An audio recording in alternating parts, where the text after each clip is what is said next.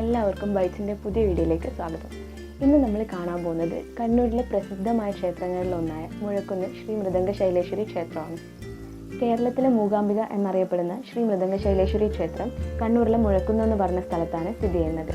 മൃദംഗരൂപിണിയായ ആദിപരാശക്തിയാണ് ഇവിടുത്തെ പ്രധാന പ്രതിഷ്ഠ. പ്രധാനമായും ദുർഗ, ഭദ്രകാളി, സരസ്വതി സങ്കല്പങ്ങളിലാണ് ഇവിടെ ദേവിയെ പൂജിക്കുന്നത്.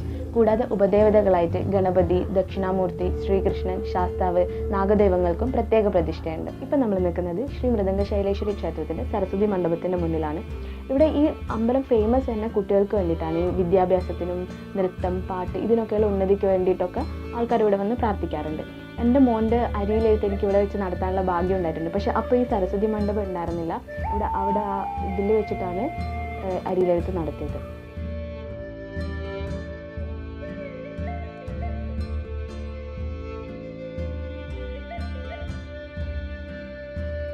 ഇവിടെ വരുന്ന ഭക്തജനങ്ങൾക്ക് ഇവിടെ ബ്രേക്ക്ഫാസ്റ്റ് ഉണ്ട്, പിന്നെ ഉച്ചയ്ക്ക് അന്നദാനം ഉണ്ട്.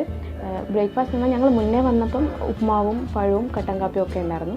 ഇപ്പോൾ ഇന്ന് ഇവിടെ ഉള്ളത് പഴവും കട്ടൻ കാപ്പിയാണ്. എന്നാൽ അത് വളരെ നല്ലൊരു കാര്യമാണ്. ഇപ്പോൾ ദൂരത്തു നിന്നൊക്കെ വരുന്ന ആൾക്കാർക്ക് ബ്രേക്ക്ഫാസ്റ്റിന് വേണ്ടിയിട്ട് വേറെ എവിടെയും പോകേണ്ട ആവശ്യമില്ല. ഇനി നമുക്ക് ഈ ക്ഷേത്രത്തിൻ്റെ ഐതിഹ്യവും ചരിത്രവും ഒന്ന് നോക്കാം. അപ്പോൾ കഥ കേൾക്കാൻ ഇഷ്ടമുള്ളവരാണ് നിങ്ങളെങ്കിൽ ഈ വീഡിയോ സ്കിപ്പ് ചെയ്യാതെ മുഴുവനായിട്ട് കാണും. പഴശ്ശിരാജാവിൻ്റെ കുടുംബക്ഷേത്രമാണ് ഈ ഭഗവതി ക്ഷേത്രം. പഴശ്ശിരാജാവ് പണ്ട് യുദ്ധത്തിനൊക്കെ പോകുന്ന സമയത്ത് ഇവിടെ ശ്രീ പോർക്കലിക്ക് ഗുരുതി പൂജ നടത്തിയതിന് ശേഷമാണ് പോയിരുന്നതെന്നാണ് വിശ്വാസം. പിന്നെ പരശുരാമൻ സൃഷ്ടിച്ച 108 ഭഗവതി ക്ഷേത്രങ്ങളിലൊന്നാണ് ശ്രീ മൃദംഗശൈലേശ്വരി ക്ഷേത്രം. ഈ ക്ഷേത്രത്തിൻ്റെ ഐതിഹ്യം എന്താണെന്ന് വെച്ച് കഴിഞ്ഞാൽ, ശക്തി സ്വരൂപിണിയായ ഭഗവതി സ്വർഗ്ഗലോകത്തു നിന്നും മിഴാവിൻ്റെ അഥവാ മൃദംഗത്തിൻ്റെ രൂപത്തിൽ ഭൂമിയിലേക്ക് വന്നു പതിച്ചു എന്നാണ്. ഈ മൃദംഗം വീണ സ്ഥലമാണ് മൃദംഗശൈലൈ നിലയം എന്ന പേരിൽ അറിയപ്പെട്ടത്. പിന്നീട് അത് മാറി മാറി വന്ന് മിഴാവ് കുന്നെന്നായി. പിന്നെ കാലാന്തരത്തിൽ രൂപമാറ്റപ്പെട്ട് ഇപ്പം മുഴക്കുന്ന് എന്ന പേരിൽ അറിയപ്പെടുന്നു. ക്ഷേത്രത്തിനകത്ത് അല്പം കുഴിഞ്ഞിരിക്കുന്ന ഭാഗത്താണ് മൃദംഗം വീണതെന്നാണ് വിശ്വസിക്കപ്പെടുന്നത്.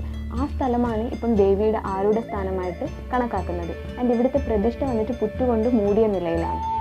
കേരളത്തിൻ്റെ തനത് കലാരൂപമായ കഥകളിയും ഈ ശ്രീ മൃദംഗശൈലേശ്വരി ക്ഷേത്രവും തമ്മിലൊരു അടുത്ത ബന്ധമുണ്ട്.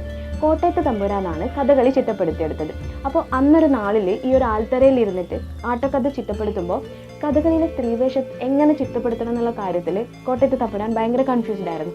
അങ്ങനെ ആദിപരാശക്തിയോട് പ്രാർത്ഥിക്കുകയുണ്ടായി, തൻ്റെ ബുദ്ധിമുട്ട് അറിയിച്ചു. അങ്ങനെ ഈ ആൽത്തറയിൽ ഇരുന്ന് ധ്യാനിക്കുന്ന സമയത്ത് ഈ കുളത്തിൽ നിന്നും ആദിപരാശക്തി സ്ത്രീ രൂപത്തിൽ പൊങ്ങി വന്നു. അപ്പോൾ അങ്ങനെയാണ് കഥകളിയിൽ ആ രൂപമാണ് കഥകളിയിലെ സ്ത്രീവേഷം. പക്ഷേ അരവരെ മാത്രമേ ദേവി പൊങ്ങി വന്നുള്ളൂ. അപ്പോൾ ബാക്കിയുള്ള പോർഷന് എന്ത് നിറം നൽകണം, എന്ത് വേഷം നൽകണം എന്നുള്ള കാര്യത്തിൽ അറിയാതെ വന്നപ്പോൾ അതൊരു വെളുത്ത വസ്ത്രം വെച്ച് കവർ ചെയ്തിട്ടാണ് കഥകളിയിലെ സ്ത്രീ രൂപത്തിന് പൂർണ്ണത നൽകിയത്. ഇന്നും കഥകളിയിലെ സ്ത്രീവേഷം ആ ഹാഫ് പോർഷൻ വൈറ്റ് കളറിലും മേലെയുള്ള ഭാഗമാണ് വേഷപ്പകർച്ചയിൽ കാണിക്കുന്നത്. ഇന്നും ലോകത്തെവിടെയും വിശ്വകലയായ കഥകളി ആരംഭിക്കുമ്പോൾ ശ്രീ മൃദംഗശൈലേശ്വരി ദേവിയെ പ്രകീർത്തിച്ചുകൊണ്ടുള്ള ശ്ലോകം തുടങ്ങിയേ ആരംഭിക്കാറുള്ളൂ. ഈ കാണുന്നതാണ് ഞാൻ നേരത്തെ പറഞ്ഞ കോട്ടയത്ത് തമ്പുരാൻ ഇരുന്ന് ആട്ടക്കഥ രചിച്ചിരുന്ന ആൽമരം. ആൻഡ് ഈ ക്ഷേത്രക്കുളത്തിലാണ് കോട്ടയത്ത് തമ്പുരാന് ദേവിയുടെ ദർശനം ലഭിച്ചത്. ശരിക്കും പറഞ്ഞാൽ 2016 ശ്രീ മൃദംഗശൈലേശ്വരി ക്ഷേത്രം ഭയങ്കരമായിട്ട് ഫേമസ് ആവുന്നത്. മുൻ IPS ഉദ്യോഗസ്ഥനായ അലക്സാണ്ടർ ജേക്കബ് വെളിപ്പെടുത്തിയ 3 സംഭവ കഥകളിലൂടെയാണ് ഈ ക്ഷേത്രം കൂടുതൽ ജനശ്രദ്ധ ആകർഷിച്ചത്.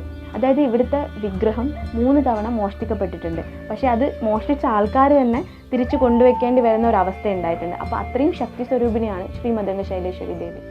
അശ്വിനി മാസത്തിലെ നവരാത്രിയും മീനമാസത്തിലെ പൂരവും വൃശ്ചിക മാസത്തിലെ തൃക്കാർത്തികയാണ് ഇവിടുത്തെ പ്രധാന ഉത്സവങ്ങൾ. ഇപ്പോൾ ഈ ക്ഷേത്രം മലബാർ ദേവസ്വം ബോർഡിൻ്റെ അണ്ടറിലാണ്. ഞാൻ പറഞ്ഞല്ലോ 2016 ഫേമസ് ആയത്. ആക്ച്വലി അതിനുശേഷമാണ് ക്ഷേത്രത്തിന് ചുറ്റുമുള്ള ഈ അന്നദാന കൗണ്ടറും സരസ്വതി മണ്ഡപവും ഒക്കെ സ്ഥാപിച്ചത്. അതിനു മുന്നേ വളരെ ചെറിയൊരു ക്ഷേത്രമായിരുന്നു. അപ്പോൾ എന്തായാലും നിങ്ങൾ മലബാർ സൈഡിലൊക്കെ ഒരു ക്ഷേത്ര ദർശനത്തിന് ഇറങ്ങുന്നുണ്ടെങ്കിൽ മസ്റ്റായിട്ടും വിസിറ്റ് ചെയ്തിരിക്കേണ്ട ഒരു ക്ഷേത്രം തന്നെയാണ് മൃദംഗശൈലേശ്വരി ക്ഷേത്രം. അതും പ്രത്യേകിച്ച് കുട്ടികളൊക്കെ ഉണ്ടെങ്കിൽ അവരെയും കൊണ്ടുവന്നിട്ട് പ്രാർത്ഥിക്കുന്നതാണ് ഏറ്റവും നല്ലത്. അപ്പോൾ ബൈറ്റ്സിൻ്റെ ഇന്നത്തെ വീഡിയോ ഇവിടെ അവസാനിക്കുകയാണ്. ഞങ്ങളുടെ വീഡിയോ നിങ്ങൾ ആദ്യമായിട്ടാണ് കാണുന്നതെങ്കിൽ പ്ലീസ് ലൈക്ക് ചെയ്യുക, ഷെയർ ചെയ്യുക, സബ്സ്ക്രൈബ് ചെയ്യുക. Thank you so much for watching our videos. Keep supporting us. This is Subi signing off from Bytes. Bye bye.